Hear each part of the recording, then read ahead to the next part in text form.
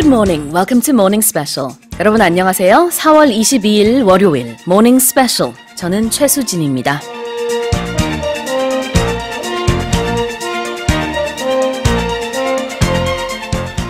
More often than not, we take our planet for granted, and we tend to believe that resources will last forever.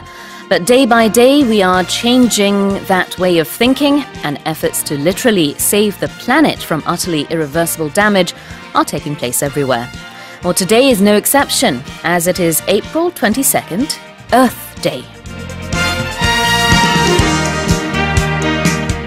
네, 제49회 지구의 날을 기념해 전국 곳곳에서 저탄소 생활실천 운동을 확산하기 위해 저녁 8시부터 10분간 공공기관이 동시에 소등 행사를 진행합니다. 각 지역 상징물의 조명도 일제히 오늘 저녁 소등되는데요.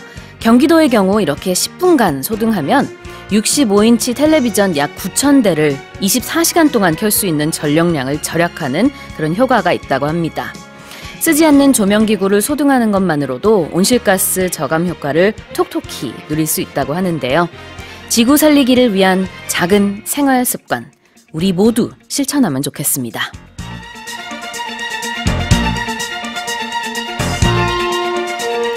And hopefully we will one day learn to protect our planet as we protect our very own homes. With that in mind, let me give you a quiz question. Something that is good for the environment can be said to be Number 1, eco-friendly. Number 2, ecomatic. Something that is good for the environment can be said to be this. 1번, eco-friendly. eco-friendly라고 발음하기도 하죠. 아니면 2번, ecomatic. Which one is it? 오늘도 청취자 여러분의 많은 참여 기다리고 있습니다. 여러분의 퀴즈 정답 보내주신 분들 중에 추첨을 통해서 총 5분께 오늘 준비한 고칼슘 쌀룬 두유 보내드리겠습니다. 또 여러분의 소식, 소감 그리고 방송 중 궁금한 질문 있으시면 보내주세요. 짧은 문자는 50원, 긴 문자는 100원에 샵 1045로 보내주시고요. 반디 게시판이나 카카오톡 플러스 이용도 가능합니다. 그리고 저희가 유튜브 라이브 스트리밍을 시작했죠. 유튜브에서 EBS 라디오 공식 채널을 검색하셔서 들어오시면 모닝 스페셜 1부 9시까지 유튜브를 통해서도 라이브로 보실 수 있습니다. Okay, then let's kick off today's show with today's global headlines. 세계 각국 언론사들의 어떤 헤드라인이 올라왔는지 살펴보는 시간입니다. Touch Global Headlines.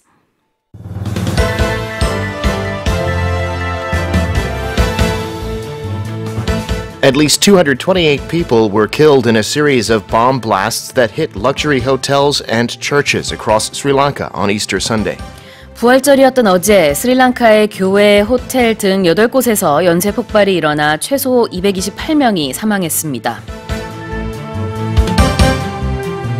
According to a report, employees at large companies earned 3 times more than those in small companies with less than 4 employees. 우리나라 대기업과 4인 이하 소기업 간의 임금이 약 3배 차이 나는 것으로 조사됐습니다.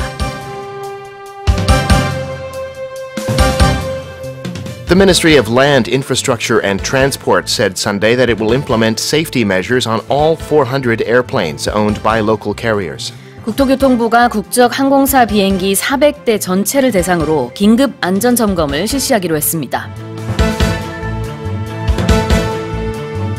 Suicide bombers and fighters attacked the communications ministry in the center of Afghanistan's capital, Kabul. 아프가니스탄 수도 카불의 정부 건물에서 폭발과 총격전이 발생했습니다. Gunmen raided a family party in the Mexican state of Veracruz, killing 13 people, including a child, authorities said. 멕시코에서 한 가족 파티에 난입한 무장괴한들이 총기를 난사하는 사건이 발생했습니다. Volcanic ash hit parts of Bali on Sunday following another eruption of Mount Agung. 인도네시아 발리섬 아궁 화산이 또다시 분화해 2km 높이까지 연기 기둥이 솟구쳤습니다.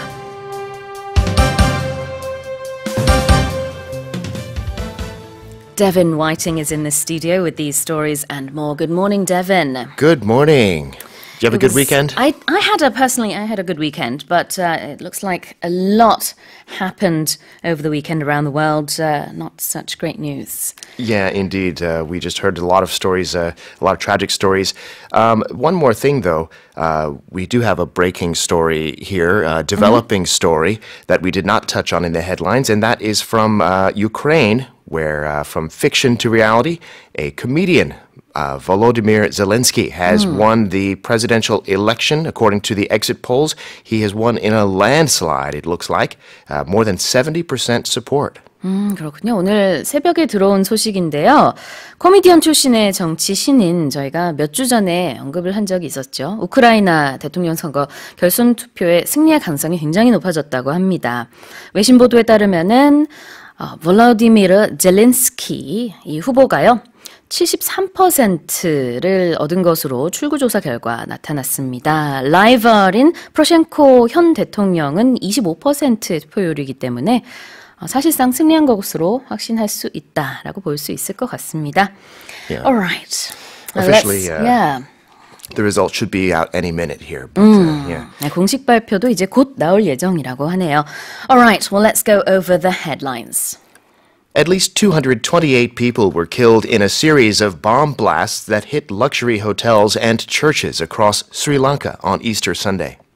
부활절이었던 어제 스리랑카의 교회, 호텔 등 8곳에서 연쇄 폭발이 일어나 최소 228명이 사망했습니다. Yeah, millions and millions, hundreds of millions of Christians celebrating Easter this past Sunday, but those services were disrupted in Sri Lanka when bombs went off at churches in 3 cities, also at 3 major hotels in the capital, Colombo. The attacks occurred over a period of several hours, starting in the morning, going all the way through the afternoon.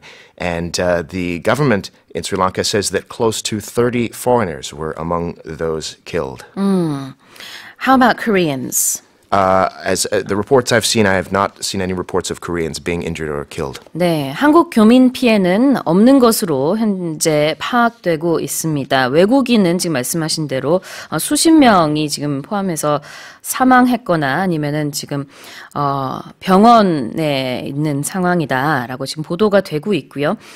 신화통신에 따르면은 사망자 수가 지금까지 228명 집계가 되고 있다고 합니다. 스리랑카 총리는 이제 어제 수도 콜롬보를 중심으로 주변 지역까지 해서 8곳에서 이렇게 연쇄적으로 폭발이 일어났다고 밝혔습니다. It does seem to be revolving around religious conflicts. Yes, indeed. No one has claimed responsibility for it, interestingly, but there is a minority Christian population in Sri Lanka. Only, the estimates are between 7 and 10%, around there. Most people in Sri Lanka are Buddhist. About another 10% are Muslims, and another 10 or so are Hindus. But yeah, a diverse array of religions there, and this time the Christians are under attack. 네, 스리랑카 국방장관은요, 이번 연쇄 폭발을 종교적 극단주의자들이 저지른 테러 공격으로 규정했습니다. Let's leave that story there and move on to headline number 2. According to a report, employees at large companies earned 3 times more than those in small companies with less than 4 employees. 우리나라 대기업과 4인 이하 소기업 간의 임금이 약 3배 차이 나는 것으로 조사됐습니다. 3 times higher. We're talking about small companies with fewer than 4 employees. A bigger company is defined as more than 500 employees. But, imagine if you make $1 million a month at a big company, and then you'd only get about, 320,000-30,000 thousand at a small one. 네. This is the bigger the company gets, according to this data, the less or the more you get actually. You get from 500 to 1,000 employees and so on. The wage goes up. Sure, absolutely. 2017년 기준 4인 이하 기업의 평균 임금이 500인 이상 기업 근로자의 32%에 불과했다고 합니다. 한마디로 이제 소득 격차가 굉장히 크다라고 볼 수 있을 텐데 2012년 이 비슷한 데이터가 나왔었거든요. 그 당시보다도 이번에 1.1%포인트 낮아졌습니다. 소득 격차가 점점 벌어지고 있어요. Yeah, and one common comparison here is between Korea and Japan. I guess that's because of, over the years there have been similar work cultures, things like that. But in Japan, they've managed to narrow the wage gap between the small companies and the big companies. So, for example, in Japan, if you work at a very small company with 5 to 9 people, the wage you make 77% of what somebody does at the big company. Whereas we said in Korea, it's just 33 or so %. 네, 그렇습니다. 상대적으로 일본 같은 경우에는 4인 기업 근로자의 평균 임금이 500인 이상 기업 근로자의 65%까지 늘었다고 합니다. 그래서 대기업과의 격차가 줄고 있다고 해요. 지금 말씀해 주신 대로 5인 이상 한 10인 이하일 경우에는 그 퍼센티지가 더 높아요. 한 70%까지 집계가 되고 있다고 합니다. Alright, well let's move on to our headline number 3. The Ministry of Land, Infrastructure and Transport said Sunday that it will implement safety measures on all 400 airplanes owned by local carriers. 국토교통부가 국적항공사 비행기 400대 전체를 대상으로 긴급 안전점검을 실시하기로 했습니다. This story, I guess, comes as the airline industry is in a bit of a tough situation at the moment. Korea's 2 flagship carriers going through, on the one hand, being sold off to another company in the case of ASEAN Airlines, and Korean Air has lost its chairman, Choi Young-ho. So I guess there's a little extra concern about safety that it might be overlooked. All of these 400 aircraft will be examined for any recurring defects. There'll be preventative maintenance. They'll look especially at older planes that and prevent them from going on long flights in some cases. 네, 이 특별 안전 점검의 배경에는요, 최근 대한항공의 지배구조 논란, 그 다음에는 또 아시아나항공의 매각 결정 등으로 항공업계의 분위기가 지금 굉장히 어수선하다고 합니다. 그래서 예기치 못한 사고가 발생할 가능성이 높다. 그걸 차단하기 위해서 이렇게 안전 점검을 벌이기로 한 거고요. 최근에 실제로 2건의 사고가 연이어 발생하기도 했어요. 지난 9일에는 광주공항에 착륙하던 여객기 앞 바퀴가 파손되는 사고가 있었고, 그 다음에 11일에는 김포에서 제주로 가는 여객기가 회항을 하는 그런 사고도 있었습니다. 다행히 부상자는 없었지만요. So as you said, certain measures will be taken. Older planes will not be able to take off. It's not just the planes. The pilots themselves will also come under some scrutiny. Pilots who have less than a year of experience or pilots who've gotten penalties over the past few years, they'll have special tests to go through. Those who fail the tests will not be able to fly until they get extra training and further assessments. 네, 조종사 심사 그리고 정비 인력 확보 관련된 규정도 강화한다고 하고요. 출고된 지 20년이 넘었거나 고장 빈도가 항공사별로 상위 10%에 속하면 장거리 노선 또 심야 시간대 운항을 하지 못하게 할 방침이라고 합니다. 국토부는 일단 5월 말까지 이렇게 지난 한 1년간의 결함을 분석해서 취약 부분에 대한 안전 점검을 실시하고요. 그 다음에는 성수기엔 6월에서 8월 전에 특별 점검을 모두 마칠 계획이라고 합니다. Let's go on to our next headline. Suicide bombers and fighters attacked the communications ministry in the center of Afghanistan's capital, Kabul. 아프가니스탄 수도 카불의 정부 건물 안에서 폭발과 총격전이 발생했습니다. Reports say 2 people killed in this assault that took place over hours, several other people injured. But the thing is, this attack came after weeks of relative calm in the area because there were talks occurring between the Taliban and the Afghan authorities. The Taliban, by the way, says it had nothing to do with this attack, and no other group has claimed responsibility. 그 탈레반 반군 얘기를 지금 해주셨는데 탈레반뿐만 아니라 극단주의 이슬람 무장 세력이죠. IS 모두 아프간 동부에서 활동을 하고 있어요. 근데 최근에 수도 카불을 공격하겠다라고 밝힌 바가 있습니다.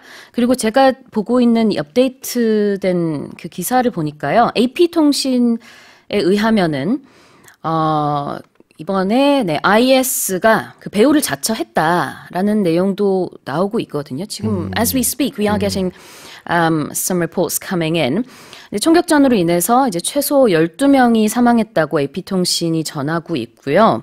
그다음에 무장괴한 같은 경우는 4명이 모두 사살됐다고 합니다.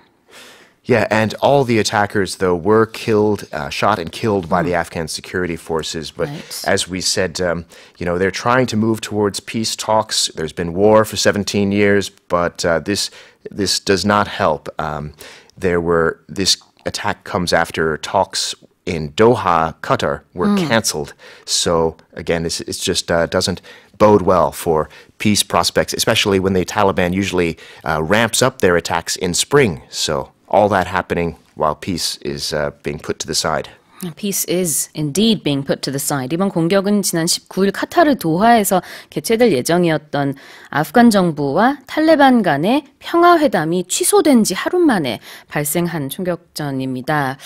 원래는 이제 카불 정부청사 건물을 목표로 하고 있었다고 해요. 근데 그 이후에 이렇게 무장괴한이 청사 안으로 난입을 했고 한때는 한 2,000여 명이 그 수시간 동안 건물 내에 갇혀 있었다고도 전해지고 있습니다. Okay, let's move on to our fifth headline. Gunmen raided a family party in the Mexican state of Veracruz, killing 13 people, including a child, authorities said. 멕시코에서 한 가족 파티에 난입한 무장괴한들이 총기를 난사하는 사건이 발생했습니다. A really tragic story, this one, like the others, but this one, there's really no motive for it at all. They're looking for people who may have been involved, but 13 people killed, a child, 4 other people injured on this attack this past Friday. Right. And no one really knows why. It seems they were all family members, so, it's just a civilian death that we're looking at here. 희생자 대부분이 일가족인 것으로 전해지고 있는데요. 13명, 이제 그 중에서도 이제 어린 아이가 포함된 사망자가 있다는 보도가 나오고 있습니다. 이번 총격 범행 동기는 아직 밝혀지지 않고 있어요. Yeah. 그런데 마약 갱단 사이에 총격전이 이뤄졌다라는 그런 보도도 나오고 있긴 있습니다만 아직은 잘 모르겠습니다. They do have one person they're looking for. He's the owner of a local bar, so who knows? Okay. Yeah. 알겠습니다. And we'll go on to our final headline now. Volcanic ash hit parts of Bali on Sunday following another eruption of Mount Agung. 인도네시아 발리섬 아궁 화산이 또다시 분화해 2km 높이까지 연기 기둥이 솟구쳤습니다. Yeah, this is another eruption, right? It was just, a couple of months ago, couldn't have been more than that, when this same volcano erupted. We do know that it has not affected, at least as at the time of this report, the operations at the airport in Bali. So people should be able to come and go from Bali. No reports of major injuries or anything like that. It happened in the middle of the night, and the precautionary actions are being taken. They're asking people to wear face masks and protect themselves from the ash. 네. 그러니까 세계적으로 잘 알려진 휴양지죠. 발리섬. 거기서 이제 아궁 화산이 현지 시간 21일 오전 3시 20분 정도에 분화해서 이제 2km 높이까지 연기 기둥이 피어 올랐는데요. 인도네시아 측에서는 지금 발리에 그 국제공항 항공편 취소는 없다.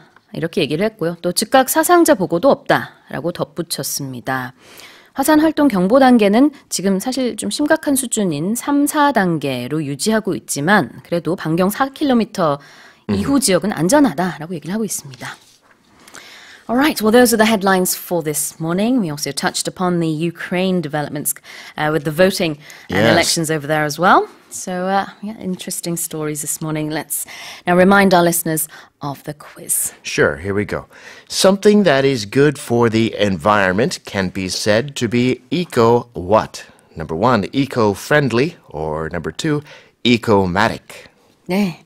친환경적인이라는 표현을 찾아주시면 되겠습니다. 1번 eco-friendly, 2번 eco-matic. 계속해서 정답 보내주시고요. 총 5분께 추첨을 통해서 고칼슘 쌀룬 두유 보내드리겠습니다. 또 알려드릴 것이 있는데요. 2019년 4월 22일 오늘입니다. 05시 45분 경북 울진군 동남동쪽 38km 해역에서 규모 3.8 지진이 발생했다고 기상청이 오늘 아침 발표했습니다. Let's take a song break. We'll be back with News Focus after Lucas Graham sings Love Someone.